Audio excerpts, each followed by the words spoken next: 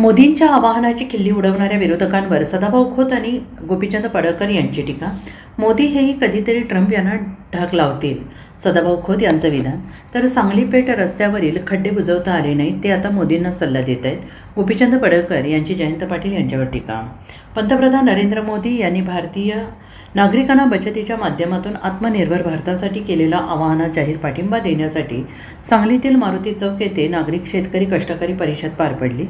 आमदार सदाभाऊ खोत, आमदार गोपीचंद पडळकर यांच्या प्रमुख उपस्थितीत ही परिषद पार पडली आणि या परिषदेत सदाभाऊ खोत आणि गोपीचंद पडळकर यांनी मोदींच्या आवाहनाची खिल्ली उडवणाऱ्या विरोधकांवर टीका केली.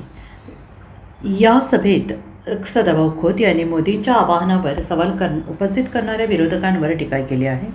पंतप्रधान नरेंद्र मोदी हे अमेरिकेचे राष्ट्राध्यक्ष डोनाल्ड ट्रम्प यांना घाबरतात, अशी टीका विरोधकांकडून सातत्याने केली जाते आणि त्याचा सदाभाऊ खोत यांनी समाचार घेत खरा पहलवान हा डावात आल्यावर ढाक लावून समोरच्याला चितपट करतो, तसेच मोदी हे सुद्धा कधीतरी ट्रम्प यांना ढाक लावतील असं म्हणत सदाभाऊ खोत यांनी विरोधकांवर टीका केली आहे.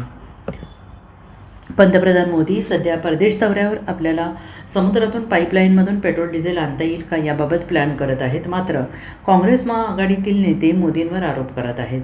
ज्यांना सांगली पेठ रस्त्यावरील खड्डे बुजवता आले नाही ते आता मोदींना सल्ला देत असल्याचा टीका भाजपचे आमदार गोपीचंद पडळकर यांनी जयंत पाटील यांच्यावर केला आहे.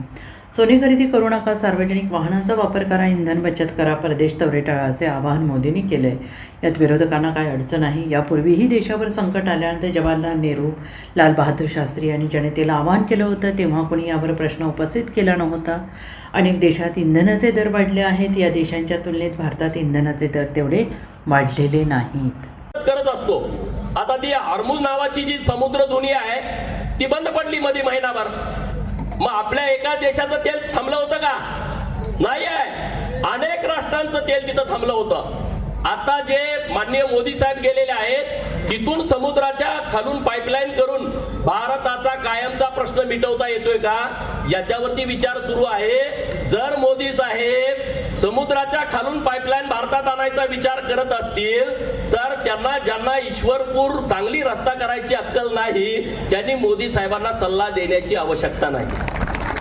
ज्यांना साधे खड्डे बुजवता आले नाहीत ते समुद्राच्या खाली कधी जाणार सांगा? जाऊ शकतात का सांगा? विहिरीत उडी मार म्हणलं तर मारायचं नाही, समुद्राच्या खाली कधी जाणार? त्यामुळे हे जे विषय आहेत लोकांची माती भडकवण्याच्या दृष्टिकोनातून त्यांचा जो प्रयत्न सुरू आहे तो प्रयत्न आपल्या सगळ्यांना हाणून पाडायचा आहे. हा देश वाचवायचा असेल तर त्याला निधडी छाती असावी लागते आणि ती जर निधडी छाती या देशामध्ये कुणाकडे असेल तर त्याचं नाव आहे नरेंद्र मोदी. हे कधी विसरू नका. ते म्हणते ते ट्रम्प तात्याला भेटतोय. अरे आम्ही ट्रम्प तात्याला भेट नाही. खरा पैलवान जेव्हा समोरचा पैलवान डावाव येतो तेव्हाच ढाक मारतो. तुम्हा सगळ्यांना एक एक ढाक बसली, अजून उठायला आलेलं नाही. त्या ट्रम्पला कधी ढाकावर घ्यायचा त्याचं चांगलं अक्कलवर मोदींना तुम्ही शिकवायची गरज नाही.